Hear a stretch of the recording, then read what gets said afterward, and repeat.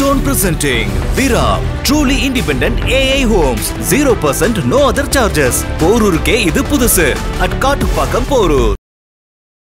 உச்சநீதிமன்றத்தின் கண்டனத்திற்கு பிறகு செந்தில் பாலாஜி பதவி விலகினார். உயர்நீதிமன்றத்தின் கண்டனத்திற்கு பிறகு பொன்முடி பதவி விலகி இருக்கிறார். எத்தனையோ அமைச்சரவை மாற்றங்கள் நடந்திருக்கின்றன. ஆனால் இதுபோல் ஒரு அவலமான தமிழகத்துக்கு தலைகுனிவை ஏற்படுத்தக்கூடிய அமைச்சரவை மாற்றம் இதற்கு நடந்ததே கிடையாது.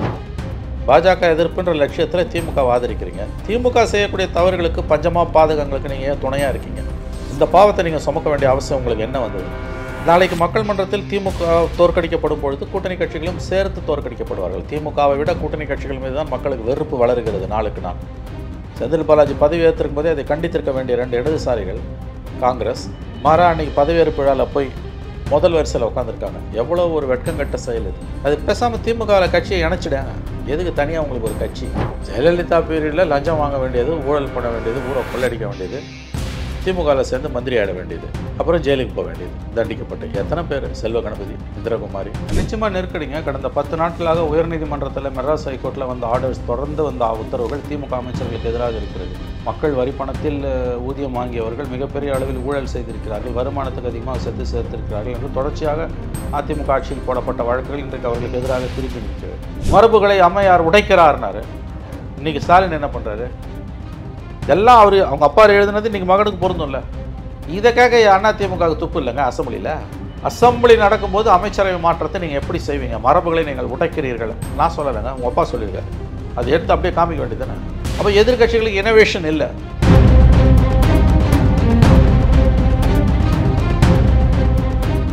ஃபைன் டைம் மீடியா நேயர்களுக்கு வணக்கம். நான் உங்கள் சங்கீத் குஹன். நம்ம சிறப்பு நிகழ்ச்சியில் நம்மோடு இணைந்திருக்கிறார் மதிப்பிற்குரிய மூத்த பத்திரிகையாளர் திரு மணி அவர்கள். வணக்கம் சார். சார் வணக்கம். செந்தில் பாலாஜி, பொன்முடி ஆகியோரின் அமைச்சர் பதவிகள் பறிக்கப்பட்டிருக்கு. அவங்களாவே தாங்களாக முன் ராஜினாமா கடிதத்தை ஆளுநருக்கு அனுப்பிச்சிருக்காங்க.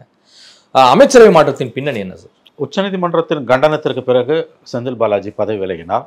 உயர்நீதிமன்றத்தின் கண்டனத்திற்கு பிறகு பொன்முடி பதவி விலகி இருக்கிறார்.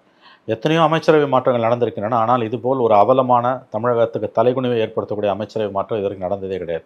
2 அமைச்சர்களும் நீதிமன்றத்தின் கண்டனங்களுக்கு உட்பட்டதால் அமைச்சர் பதவியிலிருந்து விலகினார்கள். இவர்கள் அமைச்சர் பதவியிலிருந்து விலகவில்லை என்றால் 2 பேரும் சிறைக்கு போயிருப்பார்கள். அந்த ஒரு காரணத்தால் தான் விலகி இருக்காங்க. பெருந்தன்மையால் ஒன்றும் இவங்க விலகலை. தங்களுடைய பெருந்தன்மையாலேயோ திமுகவோட பெருந்தன்மையாலேயோ இந்த அமைச்சர்கள் விலகவில்லை. நீதிமன்றங்களின் கடும் கண்டனங்களுக்கு பிறகுதான் இவர்கள் விலகி இருக்கிறார்கள். இதில் பெருமைப்படுறதுக்கு எதுவுமே கிடையாது.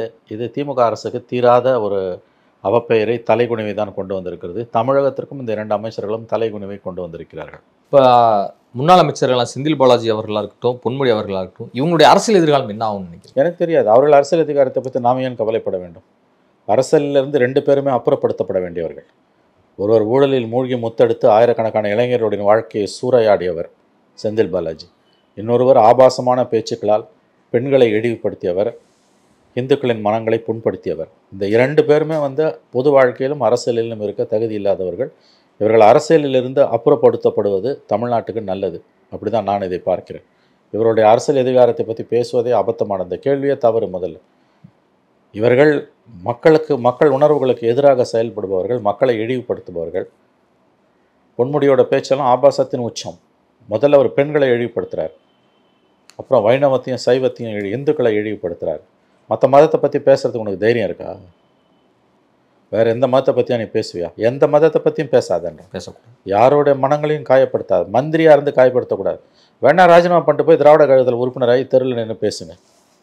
உங்களுக்கு மந்திரி பதவியும் வேணும், அதே நேரத்தில் நீங்கள் அரசமைப்பு சட்டத்துக்கு எதிராகவும் பேசுவீங்கன்னா எந்த விதத்தில் அது நியாயம்? ஏன் இதுக்கு வாய் மூடி மௌனியாக இருக்காங்க கூட்டணி கட்சிகள்லாம்? செந்தில் பாலாஜி விஷயத்துலையும் பொன்முடி விஷயத்துலையும் திமுகவோட கூட்டணி கட்சிகளுடைய மௌனத்துக்கு என்ன அர்த்தம்? இந்த பாவத்துக்கே அவங்க துணை போகிறாங்க. பாஜக எதிர்ப்புன்ற லட்சியத்தில் திமுக ஆதரிக்கிறீங்க. திமுக செய்யக்கூடிய தவறுகளுக்கு பஞ்சமா பாதகங்களுக்கு நீங்கள் ஏன் துணையாக இருக்கீங்க? இந்த பாவத்தை நீங்கள் சுமக்க வேண்டிய அவசியம் உங்களுக்கு என்ன வந்தது? நாளைக்கு மக்கள் மன்றத்தில் திமுக தோற்கடிக்கப்படும் பொழுது கூட்டணி கட்சிகளும் சேர்த்து தோற்கடிக்கப்படுவார்கள். திமுகவை விட கூட்டணி கட்சிகள் மீது தான் மக்களுக்கு வெறுப்பு வளர்கிறது நாளுக்கு நாள். செந்தில் பாலாஜி பதவி ஏற்றிருக்கும் போதே அதை கண்டித்திருக்க வேண்டிய 2 இடதுசாரிகள் காங்கிரஸ் மாறா அன்றைக்கி பதவியேற்பு விழாவில் போய் முதல் வரிசையில் உட்காந்துருக்காங்க. எவ்வளோ ஒரு வெட்கங்கட்ட செயல் இது. அது பேசாமல் திமுகவில் கட்சியை இணைச்சிடாங்க. எதுக்கு தனியாக உங்களுக்கு ஒரு கட்சி? இல்லை அவங்களுக்குன்னு மார்க்சியம் எல்லாம் சித்தாந்தம் எல்லாம் தனியாக இருக்கு. அத்தனையும் இன்னைக்கு திமுக காலடியில் உட்கார வச்சு அடகு வச்சுட்டு தானே உட்காந்துருக்கீங்க. தப்பு செய்யும்போது கேட்கணுமா வேணாமா? இடிப்பேரா இல்லை ஏமாறாமண்ணன் கெடுப்பார் இல்லான்னு கடந்த காலங்களில் திமுகவோட கூட்டணி வைக்கும் போதும் அதிமுகவோட கூட்டணி வைக்கும் போதும் தவறுகள் நடக்கும்போது 2 கம்யூனிஸ்டுகளும் தைரியமாக கேட்பாங்க. இன்னைக்கு திமுக காலடியில் கையது கொண்டு மெய்யது பொத்தி உக்காந்துருக்காங்க. செந்தில் பாலாஜி விஷயத்தில் அவங்க மந்திரியாக பதவி ஏற்றது தப்புன்னு சொல்லியிருக்கணும்ல. அவருக்கு ஜாமீன் கொடுத்தது கரெக்ட். விசாரணை இல்லாமல் சிறையில் வைப்பது ஏற்றுக்கொள்ள முடியாது. 5 வருஷம் 6 வருஷம் ஆகும், 7 வருஷம் ஆகும்னா ட்ரையல் முடியறதுக்கு அதுவரை ஒரு மனிதனை நாம் சிறையில் வைத்திருக்க முடியாது, கரெக்ட். ஆனால் அதுக்காக அவர்கள் மந்திரியாக பதவி ஏற்பதை எப்படி ஏற்றுக்க முடியும்? எந்த விதத்தில் அது நியாயம்? எத்தனை பேரோட வாழ்க்கையை அவர் சூறையாடி இருக்கிறார். இப்போ 2 நாளைக்கு முன்னால் மெட்ராஸ் ஹைகோர்ட்டில் இவர் 2014 ஜெயலலிதா பீரியடில் காசு வாங்கிட்டு அப்பாயின்மெண்ட் போட்ட அந்த அப்பாயின்மெண்ட்டெல்லாம் ரத்து செய்ய சொல்லி போட்ட வழக்கில் விசாரணை முடிஞ்சு தீர்ப்பு ஒத்தி வைக்கப்பட்டிருக்கு. கேட்டால் ஜெயலலிதா பீரியடில் தானே தப்பு பண்ணாருன்னா, ஜெயலலிதா பீரியடில் தப்பு பண்ணவர் நீங்கள் ஏன் கட்சியில் வச்சுருக்கீங்க? ஏன் மந்திரி பதவியாக வச்சுருக்கீங்க? மந்திரி சபையில் ஏன் அவருக்கு இடம் கொடுக்குறீங்க? உச்சநீதிமன்றம் எத்தனை தடவை கடுமையாக கண்டிச்சது. ஜெயலலிதா பீரியடில் லஞ்சம் வாங்க வேண்டியது, ஊழல் பண்ண வேண்டியது, ஊரை கொள்ளடிக்க வேண்டியது, திமுகவில் சேர்ந்து மந்திரி ஆட வேண்டியது, அப்புறம் ஜெயிலுக்கு போக வேண்டியது, தண்டிக்கப்பட்டு எத்தனை பேர்? செல்வ கணபதி, இந்திரகுமாரி, எத்தனை பேர் இந்த கதிக்கு ஆளானாங்க திமுகவில்? அதிமுகவில் கொள்ளடிக்க வேண்டியது, திமுகவில் வந்து சேர்ந்துட வேண்டியது. தலையெழுத்து சரியா இல்லைன்னா ஜெயிலுக்கு போக வேண்டியது, தலையெழுத்து நல்லா இருந்தால் தப்பிச்சுக்க வேண்டியது, கண்ணப்பா மாதிரி. இவங்க தான் சொத்து குவிப்பு போட்டாங்க. 17 வருஷம் நடந்து ஒரு விடுதலை ஆகிட்டார். இப்போ திமுகவில் மந்திரியாக இருக்கார். எத்தனை நாட்களுக்கு திமுக மக்களை இப்படி ஏமாற்றப் போகிறது நான் கேட்கிறேன். செந்தில் பாலாஜி மற்றும் பொன்முடி விவகாரத்தில் திமுக அரசு நடந்து கொண்ட விதம் மிக மிக மோசமானது. தமிழகத்துக்கு தீரான தலைகுனிவை கொண்டு வந்திருக்கிறது. அப்போ இவங்களுக்குலாம் சீட்டு கிடைக்கிறதே அடுத்த முறை வந்து கஷ்டம். அதெல்லாம் நான் சொல்ல மாட்டேன், சீட்டு கொடுப்பாங்க. ஏன்னா சீட்டு கொடுப்பது எல்லா கட்சிகளுமே எப்படின்னா வெற்றி தோல்வியை பொறுத்தது. மக்கள் வந்து ஓட்டு போடுறது வந்து நல்லவன்னு பார்த்து ஓட்டு போடுறதில்ல. மக்களும் அவனால் ஜெயிக்கிறதுக்கு வாய்ப்பு இருக்கான்றது அது தனி கேட்டகரி. காசை கொடுத்து ஜெயிக்கலாம், இல்லை வேறு தில்லாலங்கடி வேலை பண்ணி ஜெயிக்கலாம். நீதிமன்றங்களால் தண்டிக்கப்பட்ட ஊழல்வாதிகள் திரும்ப திரும்ப மக்கள் மன்றத்தில் தேர்ந்தெடுக்கப்பட்டார்கள். ஜெயலலிதா. ஆனால் இவங்களுக்கு அந்த வாய்ப்பு இருக்குமா இல்லையான்னு தெரியல. வாய்ப்பு இருக்குது இல்லைன்றது முக்கியம் இல்லைங்க. கட்சிகள் இவங்களுக்கு போட்டி போட வாய்ப்பு கொடுக்குமா இல்லையா, அதுதான் முக்கியமானது. இந்த மாதிரி கடுமையான கண்டனங்களுக்கு உள்ளானவர்களுக்கு நீங்கள் சீட்டு கொடுக்குறீங்கன்னா உங்களுக்கு நீதிமன்றங்களை பற்றி கவலை இல்லைன்னு அர்த்தம். பாஜக எதிர்ப்பு சரியான ஒரு அரசியல், மதவாத எதிர்ப்பு திமுகவோட நல்ல அரசியல், நம்ம ஆதரிக்கிறோம். ஆளுநர் விவகாரத்தில் திமுகவை ஆதரிக்கிறோம். மாநில உரிமைகள்னு வரும்போது திமுக அரசை தான் நம்ம ஆதரிக்கிறோம். நிதி மேலாண்மை தமிழ்நாட்டுக்கு உரிய நிதி வேணும்னு போது திமுகவை தான் நம்ம ஆதரிக்கிறோம். புதிய கல்விக் கொள்கை வேணான்னு தமிழ்நாடு முடிவு பண்ணுதுன்னா அதை ஏற்றுக்கிட்டு நமக்கு விதிவிலக்கு கொடுக்கணும்னு அந்த நிலைப்பாட்டில் திமுகவை தான் நம்ம ஆதரிக்கிறோம். டீலிமிட்டேஷன் வேணும், நமக்கு தொகுதிகள் பறி போயிடும், மக்கள் தொகை கட்டுப்பாட்டை சிறப்பாக செயல்படுத்தியதற்காக நம்மை தண்டிக்கலாமா, இதை நாம் ஏற்றுக்கொள்ள முடியாதுன்னு ஸ்டாலின் ஒரு முன்னெடுப்பு மேற்கொள்ளும் போது ஒட்டுமொத்த தமிழகமும் ஸ்டாலின் பின்னால் தான் நிற்கிறது. முதலமைச்சர் ஸ்டாலின் பின்னால் தான் நிற்கிறது. ஆனால் செந்தில் பாலாஜி விஷயத்தில் அவரை விட்டு கொடுக்காமல் காப்பாற்றுறது, பொன்முடி விஷயத்தில் காப்பாற்றுறதுலாம் தமிழ்நாட்டு மக்கள் ஸ்டாலினுக்கு திமுகவுக்கு எதிராக நிற்கிறார்கள். கவர்னர் விஷயத்துலேயும் மும்மொழி கொள்கையிலையும் டீலிமிட்டேஷன்லேயும் தான் பெற்ற நல்ல பெயரை பொன்முடி விவகாரத்திலும் குறிப்பாக செந்தில் பாலாஜி விவகாரத்திலும் திமுக அரசு இழந்து மக்கள் மன்றத்தில் அம்பலப்பட்டு நிற்கிறது. கடைசி வரை செந்தில் பாலாஜி வந்து காப்பாற்றணும் தான் நினச்சிருந்தது. எஸ், கடைசி வரை காப்பாற்றணும் தான் நினைக்கிறாங்க. இனிமேல் வாய்ப்பு கிடைச்சாலும் காப்பாற்றணும் தான் பார்ப்பாங்க. இதன் மூலம் இன்னும் அவப்பெயரை சந்திப்பார்கள். அவரை ஜெயிலுக்கு போன்னு யாரும் சொல்லலை, மந்திரியாக இருக்கக்கூடாதுன்னு தான் சொல்கிறாங்க. திமுகவில் வேறு தகுதியானவங்க யாருமே இல்லையா மந்திரி ஆகிறதுக்கு? இவ்வளோ தூரம் செந்தில் பாலாஜியை காப்பாற்ற ஏன் துடிக்கிறீர்கள்? அவர் என்ன அப்படி பார்த்தா பரம்பரை திமுககாரரா? ராபின்சன் பூங்கால் 1949 கொட்டும் மழையில் அண்ணாவும் மற்ற 4-5 தலைவர்களும் கட்சி ஆரம்பிக்கும் போது திமுக வாழ்ச்சவரா? இல்லை அவசர நிலை காலத்தில் சிறைப்பிடிக்கப்பட்டு 1.5 வருஷம் மிசாக சட்டத்தில் சிறையில் இருந்தவரா? இல்லை ஜெயலலிதா ஆட்சியிலையும் எம்ஜிஆர் ஆட்சியிலையும் பொய் வழக்குகளை சந்தித்து சிறைக்கு போய் தியாக தழும்புகளை சுமந்துக்கிட்டு கட்சிக்காக வேலை செய்யக்கூடியவரா? அவர் ஏற்கனவே 5 கட்சிகள் மாறி உங்களுக்கு வந்தவர். ஊழல் செய்தார் என்று ஜெயலலிதாவால் மந்திரி சபையிலிருந்து நீக்கப்பட்டவருங்க அவரை தூக்கி இன்னைக்கு சுமந்துக்கிட்டு நிற்கிறீங்க. இந்த ஒரு அவலமான நிலைமை திமுகவுக்கு ஏன் வந்தது? பரம்பரை திமுக காரனுக்கு இப்படி ஒரு நெருக்கடி வந்து நீ பேசினா கூட நான் ஒத்துப்பேன். பொன்முடிக்காக பண்ணீங்கன்னா கூட நான் புரிஞ்சுப்பேங்க. பொன்முடி காலகாலமாக திமுகவில் இருக்காரு. செந்தில் பாலாஜிக்காக ஏன் இவ்வளோ தூரம் நீங்கள் கஷ்டப்படுறீங்க? அதுவும் உச்சநீதிமன்றம் இவ்வளோ கண்டனங்களை தெரிவித்த பிறகும் நீங்கள் செந்தில் பாலாஜியை காப்பாற்றணும்னு துடிக்க வேண்டிய அவசியம் உங்களுக்கு என்ன வந்தது? தற்போது வேளாண்மைத்துறை அமைச்சராக இருக்கக்கூடிய எம்ஆர்கே பன்னீர்செல்வம், நீர்த்துறை அமைச்சராக இருக்கக்கூடிய தங்கம் தென்னரசு, வருவாய்த்துறை அமைச்சராக இருக்கக்கூடிய KKSSR ராமச்சந்திரன், நீர்வளத்துறை அமைச்சராக இருக்கக்கூடிய துரைமுருகன், அதன் பிறகு ஊரக வளர்ச்சித்துறை அமைச்சராக இருக்கக்கூடிய பெரியசாமி ஆகியோர் மீதான சொத்து குவிப்பு வழக்குகள் திரும்ப தூசு தட்டப்பட்டிருக்கிறது. இவர்களை சொத்து குவிப்பு வழக்கிலிருந்து விடுவித்ததை ரத்து செய்திருக்கிறது உயர்நீதிமன்றம். ஸோ இதெல்லாமே நம்ம பார்க்கும்போது ஒரு கடும் அப்செட்டில் தான் இருக்கிறாரா ஸ்டாலின் அவர்கள் இந்த மாதிரியான கண்டனங்களை பார்க்க? நிச்சயமா நெருக்கடிங்க. கடந்த 10 நாட்களாக உயர்நீதிமன்றத்தில் மெட்ராஸ் ஹைகோர்ட்டில் ஆர்டர்ஸ் தொடர்ந்து உத்தரவுகள் திமுக அமைச்சர்களுக்கு எதிராக இருக்கிறது. மக்கள் வரிப்பணத்தில் ஊதியம் வாங்கியவர்கள் மிகப்பெரிய அளவில் ஊழல் செய்திருக்கிறார்கள், வருமானத்துக்கு அதிகமாக சேர்த்திருக்கிறார்கள் என்று தொடர்ச்சியாக அதிமுக ஆட்சியில் போடப்பட்ட வழக்குகள் இன்றைக்கு அவர்களுக்கு எதிராக திரும்பி நிற்கிறது. இதே தான் வளர்மதிக்கும் ஓபிஎஸ்க்கும் ஆச்சு. அவங்க வழக்கிலையும் உச்சநீதிமன்றம் இப்படி தான் செஞ்சுருக்குது. 5 வருஷம் இவங்க மந்திரியாக இருக்கும்போது கொள்ளடிப்பாங்க, ஆட்சி மாற்றம் ஏற்பட்டோன்னே இவங்க மேலே வழக்கு போடப்படும், மறுபடியும் இவங்க கவர்மெண்ட் வந்தோன்னா அதுலேருந்து இவங்க விடுவிக்கப்படுவாங்க. இந்த ஒரு போக்கு நீதித்துறையில் ஆபத்தான ஒரு போக்குன்னு உயர்நீதிமன்றம் சொல்லிச்சு. இதுதான் சோமோட்டோ வழக்குகளை டாக்டர் ஆனந்த் வெங்கடேஷ் எடுத்தார். இப்போ இது வேற, இது அப்பீலுக்கு வருது. டிவிஎஸ்சி முதலமைச்சர் ஸ்டாலின் கட்டுப்பாட்டில் இருக்கக்கூடிய தமிழக லஞ்ச ஒழிப்பு காவல்துறை தான் இந்த மந்திரிகளுக்கு எதிரான வழக்கையே நடத்துது. அதனால் துரைமுருகன், எம்ஆர்கே பன்னீர்செல்வம், பெரியசாமி மேலெல்லாம் இவங்க அதிகாரத்தை பயன்படுத்தி டிஸ்சார்ஜ் வாங்கினாங்க. இன்றைக்கி கோர்ட்டு இந்த கவர்மெண்ட்லேயே ரிவர்ஸ் ஆகுது, ட்ரெண்டு திரும்புது.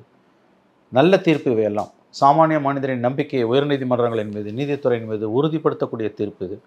தொடர்ந்து நெருக்கடிகளை, பின்னடைவுகளை உயர்நீதிமன்றத்தில் தமிழக அரசு சந்தித்து கொண்டிருக்கிறது. ஸ்டாலினுக்கு இது தலைவலியாகத்தான் உருவெடுத்து கொண்டிருக்கிறது. ஆனால் 6 மாதத்துக்குள்ளே கேஸை தீர்த்து முடிவு வைக்க முடியுமானா அது கஷ்டம். ஓராண்டுக்குள்ளே கண்டிப்பாக முடிப்பதற்கு வாய்ப்புகள் உண்டு. ஆனால் 6 மாதத்திற்குள் முடிக்கணும்னு சொல்லி நீதிமன்றம் உத்தரவிட்டிருப்பதன் மூலம் இப்போ இந்த வழக்குகளுக்கு சரி இறுதியாக தண்டனை விதிக்கப்படும் அப்படிங்கிற ஒரு மாதிரி ஒரு தீர்ப்பு வந்தால் தேர்தல் நேரத்தில் திமுக தலைமை என்ன மாதிரியான முடிவு? கண்டிப்பாக அப்போ உங்களுக்கு ஒரு நெருக்கடி வரும். யாராவது தண்டிக்கப்பட்டாங்கன்னா, இப்போ பொன்முடி தண்டிக்கப்பட்டார், ஆனால் ஹைகோர்ட்டில் போய் சுப்ரீம் கோர்ட்டில் ரேராக கன்விக்ஷன்ஸ், சென்டென்சிங் ரெண்டுத்துக்கும் ஸ்டே வாங்கினதால தான் மந்திரி ஆனார். அவருடைய வாயால் அவருக்கு எடுத்துக்கிட்டாரு. இன்றைக்கி மந்திரி பதவி இழந்து போய் நிற்குது. மந்திரிங்க யாராவது இப்போ இந்த வழக்குகளை எதிர்கொண்டிருக்கக்கூடிய மந்திரிகள் யாராவது தேர்தலுக்கு சரியாக 1 வருஷம் இருக்குது, அதுக்கு முன்னால் இதில் கன்விக்ஷன் வாங்கினாங்கன்னா அது கண்டிப்பாக ஒரு நெருக்கடியை ஏற்படுத்தும். ஆனால் அதனால் மட்டுமே வெற்றி தோல்வி வரும்னு உறுதியாக நம்ப முடியாது. பட் ஒரு தண்டனை வருதுன்னு வச்சுக்கோங்களேன், ஊழல் வழக்கில் 3 வருஷம் தூக்கி உள்ளே போடுறான்னா தேர்தல் நேரத்தில் அதுக்கு இம்பேக்ட் அதிகமாக இருக்கும். அது அவர்கள் கவலைப்பட வேண்டிய விஷயம். அதை நோக்கி இது போகுமான்னு தெரியல. ஆனால் இன்றைக்கி இருக்கக்கூடிய நிலைமை என்னென்னா, நீதிமன்றங்களுக்கு மெல்ல மெல்ல முதுகெலும்பு உங்களுக்கு நிமிர ஆரம்பித்திருக்கிறது. அதனால் அவ்வளவு சுலபமாக கீழமை நீதிமன்றங்களில் போய் இந்த மந்திரிங்கள்லாம் விடுதலை வாங்குவதும் அவ்வளவு சுலபமானது கிடையாது. நெருக்கடி தான் சரியான பதில். இது நெருக்கடி தான். ஆனால் அவங்க திமுகவில் இப்போ குறிப்பிடுற அத்தனை பேருமே பார்த்தீங்கன்னா எம்ஆர்கேவாக இருக்கட்டும், துரைமுருகன், பெரியசாமி, KKSSR, தங்கம் தென்னரசு, துரைமுருகன், இவங்க எல்லாருமே பார்த்தீங்கன்னா திமுகவின் கஜானாக்கள் அப்படிங்கிறத தாண்டி ஒரு முக்கிய தலைகளாக ஒவ்வொரு மண்டலத்தில் அறியப்படுறாங்க. ஸோ அப்படி பார்க்கும்போது இவங்களுக்கு எல்லாத்துக்குமே நீதிமன்றம் ஒரு கார்னர் பண்ணும்போது அப்போ தேர்தலில் மிகப்பெரிய ஒரு பின்னடைவை கூட சந்திக்கக்கூடிய வாய்ப்பு இருக்கு. நான் மறுக்கல, நீங்கள் என்ன சொல்ல வரீங்கன்னு எனக்கு புரியுது. தேர்தலுக்கு இன்னும் 1 வருஷம் இருக்கும்போது இந்த தீர்ப்புகள் வரும்பொழுது வலை இருக்குது. கண்டிப்பாக வலை முக்கிய தலைகளாக இருக்காங்க. ஆமாம், கண்டிப்பாக வலை இருக்குது. இவங்க சுப்ரீம் கோர்ட்டுக்கு போவாங்க. எல்லாருக்கும் சுப்ரீம் கோர்ட்டில் ரிலீஃப் கிடைக்காது. ஏன்னா ஹைகோர்ட் சொல்கிறது அவ்வளோ சீக்கிரம் சுப்ரீம் கோர்ட் எதுவும் கரப்ஷன் கேசஸில் ரிவர்ஸ் பண்ணாது. கண்டிப்பாக இவர்கள் ஒரு நெருக்கடியை சந்திக்கிறார்கள் என்பது மட்டும் உண்மை. அதுவும் தேர்தல் நேரத்தில் இன்னும் ஓராண்டுக்குள் தேர்தல் வர இருக்கக்கூடிய சூழ்நிலையில் இந்த மாதிரியான தீர்ப்புகள் இந்த அமைச்சர்களுக்கும் இவங்கெல்லாம் கஜானா, திமுகவோட கஜானா இவங்க தான். இவர்களுக்கு கண்டிப்பாக இது நெருக்கடியை, திமுகவுக்கும் இது நெருக்கடியாகத்தான் மாறும் என்று நான் நம்புகிறேன். அமைச்சர் மனோஜ் தங்கராஜுக்கு மீண்டும் வாய்ப்பு வழங்கப்பட்டிருக்கு. இதனுடைய பின்னணி என்ன நினைக்கிறீங்க? எதுக்காக அவரை நீக்கினாங்க, எதுக்காக பதவி கொடுத்தாங்க? இதெல்லாம் ஜெயலலிதா பீரியடில் நடந்த அவலங்கள் மீண்டும் அரங்கேறுதுங்க. இந்த ஒரு 7-8 மாதத்துக்குள்ள என்ன நடந்தது? இதே நான் கேட்கலங்க, கலைஞர் கேட்குறாரு. ஜெயலலிதா 2011-16 இஷ்டம் போல் மந்திரிங்களை நீக்கிறது சேர்க்கறதுன்னும் போது கலைஞர் ஒரு தடவை, கருணாநிதி ஒரு தடவை முரசொலியில் எழுதினார். அமைச்சரவை மாற்றம் என்பது முதலமைச்சரின் தனி உரிமை, ப்ரெரோகேட்டிவ் ஆஃப் த சீஃப் மினிஸ்டர். ஆனால் இஷ்டம் போல் மந்திரிகளை மாற்றுறதும் சேர்க்கறதும் மரபுகளுக்கு மாறானது, ஜனநாயகத்தை கேலி கூத்தாக்குவது. சட்டப்படி முதலமைச்சருக்கு இருக்க உரிமையை யாரும் கேள்வி கேட்கல. ஆனால் அதை இஷ்டம் போல் நீங்கள் செயல்படுத்துறீங்க, மரபுகளை மீறினா மக்கள் கேட்க தான் செய்வாங்க. கலைஞர் எழுதுறாரு, ஒரு மந்திரி அதே மாதிரி நீக்கிட்டு ஜெயலலிதா மறுபடியும் சேர்க்குறாங்க. அந்த மந்திரி பேர் எனக்கு மறந்து போச்சு. நீக்கிட்டு 3 மாதத்தில் சேர்க்குறாங்க. 3 மாதத்துலேயோ 4 மாதத்துலேயோ சேர்க்குறாங்க. அப்போ எழுதுகிறாரு கலைஞர், அம்மையார் ஜெயலலிதா அவர்கள் இன்னாரை பெயரை குறிப்பிட்டு 4 மாதங்களுக்குள் அமைச்சர்களிலிருந்து நீக்கினார். இப்பொழுது மறுபடியும் அவரை அமைச்சராக்கி இருக்கிறார். சேர்ப்பதும் பிரிப்பதும் சேர்ப்பதும் விலக்குவதும் அம்மையாரின் முதலமைச்சரின் தனி உரிமை. ஆங்கிலத்தில் சொன்னால் ப்ரெரோகேட்டிவ் தான், ஒப்புக்கொள்கிறேன். ஆனால் இதில் மரபுகளும் இருக்கின்றன. வெறும் சட்டம் மட்டும் இல்லை, மரபுகளும் இருக்கின்றன. மரபுகள் இங்கு மீறப்பட்டிருக்கின்றன. நான் கேட்கிறேன், கலைஞர் சொல்றார், நான் கேட்கிறேன், இன்னார இந்த எக்ஸை அவர் எதை செய்யவில்லை என்று முதலமைச்சர் மந்திரி பதவியிலிருந்து நீக்கினார். இன்று அவர் எதை செய்வதாக வாக்குறுதி அளித்திருக்கிற காரணத்தால் அமைச்சரவையில் மீண்டும் சேர்த்திருக்கிறார். பதில் சொல்வார் அம்மையார் முதலமைச்சர்? இது அவர் எழுதின வார்த்தை. இன்னொன்று, அசம்பிளி நடக்கும்போது ஜெயலலிதா ஒரு தடவை அமைச்சரவையை மாற்றி அமைச்சாங்க. இதே மாதிரி 2 மந்திரியை சேர்த்தாங்க, 4 மந்திரியை உள்ளே கொண்டு வந்தாங்க. அப்போ கலைஞர் சொன்னார், மரபு என்பது அசம்பிளி நடக்கும்போது அமைச்சரவை மாற்றம் இருக்கவே இருக்காது. எல்லா மரபுகளையும் முடைக்கிறார் ஜெயலலிதான்னாரு. இன்றைக்கி அசம்பிளி நடக்கும்போது தான் 2 மந்திரியை ட்ராப் பண்ணுறீங்க, அவங்க ராஜினாமா பண்ணுறாங்க, புதுசாக ஒரு மந்திரியை சேர்க்குறீங்க. இதை பற்றி சட்டமன்றத்தில் முதலமைச்சர் பதில் அளிப்பாரா? கலைஞர் கேட்டார். அதை அப்படியே எடுத்து இன்றைக்கி சபையில் படித்தா கூட போதும். அன்னைக்கு ஜெயலலிதாவுக்கு எதிராக கலைஞர் என்ன எழுதினாரோ அது அப்படியே இன்றைக்கி ஒரு மகனுக்கு பொருந்தது. நான் சொல்லலைங்க, இது எதுவுமே, இது கலைஞர் எழுதினது. நீக்கிறீங்க, சேர்க்குறீங்க 3 மாசத்துல. அதே மாதிரி எதை செஞ்சாரு, எதை செஞ்ச தவறுனாருன்னு நீக்கினீங்க. அவர் கேட்குறாரு கலைஞர், எதை செய்ய தவறுனாருன்னு நீக்கினீங்க. இன்னைக்கு எதை செய்யறதுன்னு உத்தரவாதம் கொடுத்துருக்காரு, சேர்க்குறீங்க மறுபடியும். மீண்டும் அதே துறையை கொடுத்துருக்காங்க. துறையெல்லாம் கூட விடுங்க, எதை செய்யலைன்னு நீக்கினீங்க. நீங்கள் எதை செய்கிறதா உத்தரவாதம் கொடுத்தாருன்னு சேர்த்துருக்கீங்க. சரி, ஒன்று. அதை விட முக்கியமானது, அமைச்சரவை மாற்றம் என்பது அசம்பிளி நடக்கும்போது நடக்கவே நடக்காது. மரபுகளை அம்மையார் உடைக்கிறார்னாரு. இன்னைக்கு ஸ்டாலின் என்ன பண்ணுறாரு? இதெல்லாம் அவர் அவங்க அப்பா எழுதுனது இன்னைக்கு மகனுக்கு பொருந்தும்ல. இதை கேட்க அதிமுகவுக்கு துப்பு இல்லைங்க. அசம்பிளி நடக்கும்போது அமைச்சரவை மாற்றத்தை நீங்கள் எப்படி செய்வீங்க? மரபுகளை நீங்கள் உடைக்கிறீர்கள். நான் சொல்லலைங்க, உங்கள் அப்பா சொல்லியிருக்காரு. அதை எடுத்து அப்படியே காமிக்க வேண்டியதுதானே. அப்போ எதிர்கட்சிகளுக்கு இனோவேஷன் இல்லை. இதே அதிமுக எம்எல்ஏக்களோட இருக்காங்க, அவங்களுக்கு இனோவேஷனே இல்லைன்னு எப்படி? உண்மைதாங்க. ஏடிஎம்கேவால் ஒரு அரசியலை எதிர்கட்சி அரசியலை வலிமையுடன் பண்ண முடியல. திமுகவால் பண்ண முடிஞ்சதில்ல எதிர்கட்சி அரசியலை. இவங்களால ஏன் பண்ண முடியல? லட்டு மாதிரி சான்ஸ் கொடுக்குறாருல்ல ஸ்டாலின். தவறு மேல் தவறு நடக்குது இல்லை, மரபுகளை தகர்க்கிறாருல்ல ஸ்டாலின். ஏன் உன்னால் ஏற்று கேட்க முடியல? ஜெயலலிதா மரபுகளை மீறும்போது, மரபுகளை தகர்க்கும் போது கலைஞர் எவ்வளோ அழகாக பேசினார், எழுதினார். அந்த டிபேட்டை கிளியர் பண்ணார்லங்க அவர். அந்த விவாதத்தை தொடக்கி வச்சார்ல.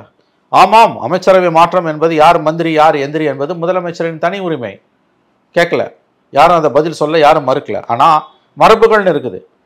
அசம்பிளி நடக்கும்போது நீ எப்படி மந்திரி சபையை மாற்றி அமைப்ப? அப்படி மாற்றி அமைச்சிங்கன்னா அசம்பிளியில் சொல்லணும். புதிய அமைச்சர்களை அறிமுகப்படுத்துவார் அசம்பிளியில் முதலமைச்சர். ரெண்டாவது, இந்த அமைச்சரவை மாற்றம் நிர்வாக ரீதியிலானதா அரசியல் ரீதியிலானதா? ஒரு அமைச்சரவை மாற்றம் என்பது நிர்வாக ரீதியிலாகவும் நடக்கும், அரசியல் ரீதியாகவும் நடக்கும். இது நிர்வாக ரீதியாகவும் நடக்கல, அரசியல் ரீதியாகவும் நடக்கல. நீதிமன்றங்களின் கண்டனங்களால் நடந்திருக்கிறது. அது எவ்வளவு தூரம் இந்த அரசுக்கு தலைவணிவு, வெட்கக்கேடு இல்லையா? ஒரு அமைச்சரவை மாற்றம் என்பது நிர்வாக ரீதியில் நடக்கும், அரசியல் ரீதியில் நடக்கும். ஜெயலலிதாவோட அரசு மாற்றங்கள் எல்லாமே அப்படிப்பட்டவை தான். ஸ்டாலின் இதற்கு முன்பு செய்த மாற்றங்களும் நிர்வாக ரீதிக்காகவும் அரசியல் காரணங்களுக்காகவும் மேற்கொள்ளப்பட்டது. எஸ். ஆனால் இந்த அமைச்சரவை மாற்றம் உச்சநீதிமன்றம் மற்றும் உயர்நீதிமன்றங்களின் கண்டனங்களால் ஏற்பட்டது. அப்போ இந்த அரசுக்கு இது தலைகுனிவு. இப்படிப்பட்ட ஒரு தலைகுனிவை தமிழகம் இதுவரை சந்தித்ததில்லை. இதுவரை இந்த மாதிரியான ஒரு அமைச்சரவை மாற்றம் எப்பயுமே நடந்ததும் கிடையாது. தகவல் தொழில்நுட்பத்துறை அமைச்சராக கூடிய பிடிஆருக்கு கூடுதல் பொறுப்பாக இதுவும் ஒரு பெரிய இலாக்கா வழங்கப்படும் அப்படின்னு சொல்லிட்டு எல்லாருமே எதிர்பார்த்தாங்க. ஆனால் மின்சாரத்துறையை தூக்கி ஏற்கனவே போக்குவரத்துறை நிர்வகிக்கக்கூடிய எஸ் சிவசங்கர் கொடுத்துருக்காங்க. வனத்துறையை பொன்முடியிடம் பிரிங்கி ராஜகணம்னு கொடுத்தாங்க. ராஜகணம் கூடிய மில்க் டைரி டெவலப்மெண்ட்டை மனோ தங்கராஜுக்கு கொடுக்கப்பட்டிருக்கு. கலால் மற்றும் ஆயத்தீர்த்துறை ஏற்கனவே அந்த பொறுப்பில் இருந்த முத்துசாமிக்கு வழங்கப்பட்டிருக்கு. ஏன் பிடிஆருக்கு ஏதாவது ஒரு பெரிய பொறுப்பு கொடுக்காம? பிடிஆர் இனிமேல் நம்ப மாட்டாங்க. நீங்கள் தான் பிடிஆரை தூக்கி வச்சு கொண்டாடுறீங்க. திமுக தலைமை பிடிஆரை ஒருபோதும் நம்பாது. அவர் மகன் மருமகன் பற்றி சொன்ன அந்த ஆடியோ, 30,000 கோடி சொன்ன ஆடியோ, அன்றைக்கே அவருக்கு ஃபேட் சீல்டு. அன்றைக்கே அவர் தலைவிதி தீர்மானிக்கப்பட்டு விட்டது. கொஞ்சம் 1% நம்பிக்கை துளிர்த்திருக்கலாம் ஸ்டாலினுக்கு. அதை பிடிஆரை கெடுத்துக்கிட்டார் அசம்பிளியில். இந்த தடவை அசம்பிளியில் 10 நாளைக்கு முன்னால் யாரோ கேள்வி கேட்கும்போது நிதியும் திறனும் அதிகாரமும் உள்ளவங்ககிட்ட போய் கேள்வி என்கிட்ட ஏன் கேட்குறேன்ட்டார். திமுக தலைமை இதை பார்த்துட்டு சும்மா இருக்குமா? ஆகவே பிடிஆருக்கு எந்த உயர் பதவியும் இனிமேல் கிடைக்காது என்பது விஷயம் தெரிஞ்சவங்களுக்கு தெரியும், மற்றவங்களுக்கு அது தெரியல, அவ்வளோதான். ஒரு டம்மி போஸ்ட்டை தான் அவர் வச்சுருப்பாங்க. அடுத்த எலெக்ஷன்லேயும் சீட்டு கொடுப்பாங்க, ஜெயிச்சாங்கன்னா மறுபடியும் இதே மாதிரி ஒரு டம்மி போஸ்ட் கொடுப்பாங்க. பெரிய மந்திரி பெரிய இலாக்காக்கள்லாம் அவருக்கு ஒதுக்கப்பட மாட்டாது, அவரே கெடுத்துட்டார். இதுவரை உங்கள் பல்வேறு கதை உங்களுக்கு மிக்க நன்றி.